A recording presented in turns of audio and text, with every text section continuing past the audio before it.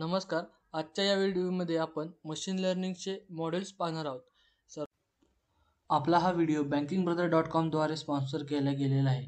bankingbrother.com credit card sales, part time freelancing जॉबसाठी एक अत्यंत योग्य स्थान आहे. अधिक माहितीसाठी डिस्क्रिप्शन पहा. सर्वात पहिल्यांदा आपण रिग्रेशन काय आहे, त्याचे टाइप्स आणि ॲप्लिकेशन्स हे आपण आजच्या व्हिडिओमध्ये कव्हर करणार आहोत. तर जसे की तुम्ही बघू शकता, रिग्रेशनचे एकूण 3 टाइप्स आहेत. लिनियर रिग्रेशन, मल्टिपल रिग्रेशन आणि लॉजिस्टिक रिग्रेशन. हे सर्व आपण डिटेल्समध्ये पाहणार आहोत. चला तर पाहूया आता रिग्रेशन काय आहे. रिग्रेशन हे एक सुपरवाइज मशीन लर्निंग अल्गोरिदम आहे. हा अल्गोरिदम व्हॅल्यूज प्रिडिक्ट करण्यासाठी वापरला जातो. हा अल्गोरिदम्स कॉम्प्युटर्सला खूप साऱ्या डेटा पॉईंट्समध्ये लाईन ड्रॉ करण्यासाठी शिकवतो. यानंतर आपण टाइप्स बघूयात, जे मागच्या पेजवर आपण पाहिलेले आहेत. लिनियर रिग्रेशन, मल्टिपल आणि लॉजिस्टिक हे आपण आता डिटेल्समध्ये पाहणार आहोत. तर लिनियर रिग्रेशन काय आहे ते बघूया. लिनियर रिग्रेशन हे 2 कंटिन्युअस व्हेरिएबलमध्ये रिलेशन ओळखण्यासाठी मदत करते. हा अल्गोरिदम एका व्हेरिएबलची व्हॅल्यू प्रिडिक्ट करण्यासाठी दुसऱ्या व्हेरिएबलची मदत घेतो. लिनियर रिग्रेशन हा डेटा ॲनालिसिसमधील एक इम्पॉर्टंट अल्गोरिदम आहे, जो प्रिडिक्शन करण्यासाठी वापरला जातो.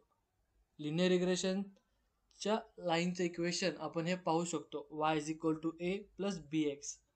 यानंतर आपण याची वर्किंग पाहणार आहोत. लिनियर रिग्रेशन हे 2 व्हेरिएबल्सचं रिलेशन दाखवणारी किंवा लाईन शोधण्यात मदत करते. तर एक स्ट्रेट लाईन असते, जी या लाईनला आपण बेस लाईन म्हणू शकतो. स्ट्रेट बेस लाईन असते म्हणून त्याची ओळखले जाते, ज्याचे काम ॲक्च्युअल डेटा पॉईंट्स आणि प्रिडिक्टेड व्हॅल्यू यांच्यातील अंतर कमी करायचं आहे. आता हे जे डेटा पॉईंट्स आहेत D1, D2, D3 ह्या आणि ह्यामधल्या रेड लाईनच्या, या दोन्ही लाईन्समधलं डिस्टन्स कमी करण्यासाठी आपण बेस फिट लाईन तयार करतो, ज्याच्यामुळे आपल्याला डिस्टन्स कमी मिळते या डेटा पॉईंट्समधनं. ठीक आहे. यानंतर आपण या लाईन्समधून स्लोप फाइंड करतो आणि इंटरसेप्ट फाइंड करतो. ह्या लाईनचं इक्वेशन आहे y = mx + c, ज्यात y हा डिपेंडंट व्हेरिएबल आहे, x हा इंडिपेंडंट व्हेरिएबल आहे, c हा कोइफिशियंट आहे. यानंतर आपण पाहूयात त्याचे ॲप्लिकेशन. ॲप्लिकेशन आहेत house price prediction, stock price prediction, laptop price prediction. आता यामध्ये प्राईस प्रिडिक्ट केले जातात. हाऊसची प्राईस ही एका पॅरामीटरवर प्रिडिक्ट केली जाते लिनियर रिग्रेशनमध्ये. जसं की साईजवरनं प्राईस प्रिडिक्ट केली जाते हाऊसमध्ये. लॅपटॉपमध्ये कोणत्या तरी एका पॅरामीटर्सवरनं प्राईस प्रिडिक्ट करण्याचा प्रयत्न केला जातो. स्टॉक प्राईजमध्ये पण सेम. यानंतर आपण पाहणार आहोत मल्टिपल रिग्रेशन काय आहे.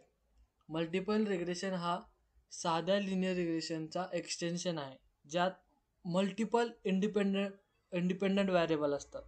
मल्टिपल रिग्रेशनचा गोल आहे की कशा प्रकारे इंडिपेंडंट व्हेरिएबल एकत्रितपणे डिपेंडंट व्हेरिएबल्सवर प्रभाव पडतात.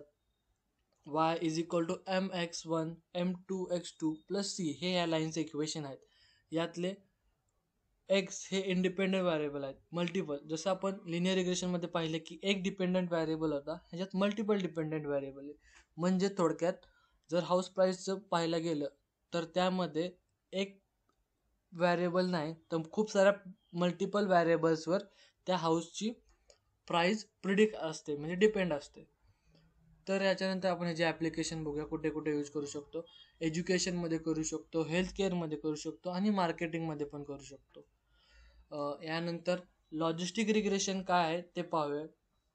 लॉजिस्टिक रिग्रेशन हे एक स्टॅटिस्टिकल मेथड आहे, जे बायनरी क्लासिफिकेशन करण्यासाठी वापरलं जातं. डिपेंडंट व्हेरिएबल्सचं कॅटेगरिकल फॉर्ममध्ये आहे.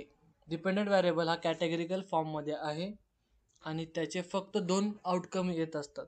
एक तो 0मध्ये येतो किंवा 1मध्ये येतो, ट्रूमध्ये किंवा फॉल्समध्ये, येस किंवा नो अशा प्रकारे त्याचा आउटकम आहे. आणि आपण लॉजिस्टिक रिग्रेशन हा येस या शेपनी दाखवला जातो, असा येस फॉर्म होतो लॉजिस्टिक रिग्रेशनमध्ये. यानंतर आपण याची वर्किंग पाहूया.